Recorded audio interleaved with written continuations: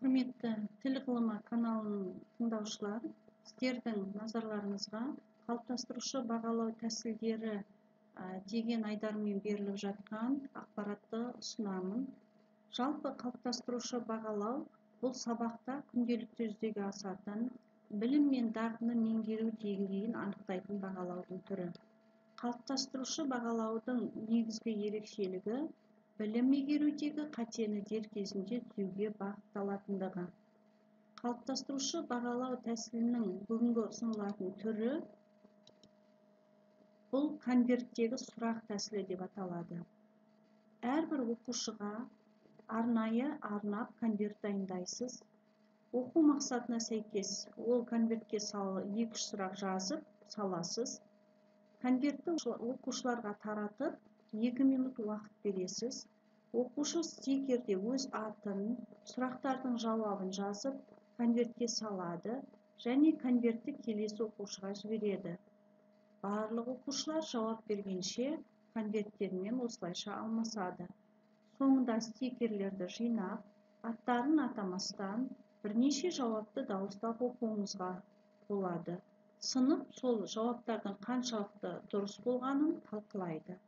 Бұл конверттегі сұрақ тәсілі бойынша сыныптағы әр оқушының сол тақырыпқа қатысты оқу мақсатына сай қаншалықты білімі және қаншалықты дағдысы қалыптасқандығын анықтауға, қай оқушылардың қандай жағдайда қате жібергендігін білуге мүмкіндік береді. Сол қатемен жұмыс жүргізу арқылы оқушылардың біліміндегі олқы тұстарды түзетуге, толықтыруға мүмкіндік береді.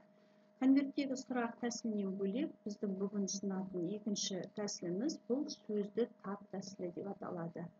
Бұл сөзді тап тәсілінде бірнеше нұсқада жүргізуге болады.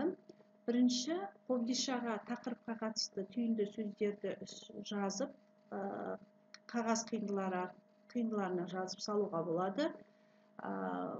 Бір оқушы қобдишадан қиынды қағазды алып, 1 минутта ондағы сөздің өзін атамай, сипаттап түсіндіруі керек. Сөзді тапқан оқушы келесі сөзді алып, осылай түсіндіруді жалғастырады. Екінші нұсқасында арнайы қобдиша әкелмей-ақ, оқушылардың бірін тақтаға шығарып, оны өзі осы тақырыпқа қатысты бір сөзді ойлап тақтаға жазуға, ал екінші бір оқушыны сол жұмбақталатын сөзді, тақтада жазылып тұрған сөзді көрмейтіндей қылып тұрғызып, қалған оқушылар, сыныпта қалған оқушылар тақтада жазылған сөздің өзін атамай, оның сипаттамасын беріп, оны таптыруға жұмыс жасау керек. Бұл мысалға бір сөзді немесе термин сөзді тақтаға жазып қойып, осы терминнің анықтамасының негізгі бөліктерін айтқызу арқылы тақтаға шақырылған сөзді табуға міндеттелген оқушының қаншалықты анықтамаларды білетіндігін тексеруге болады.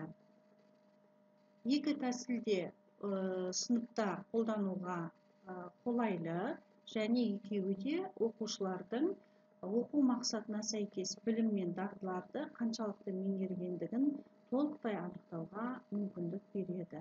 Назарларыңызға рахмет.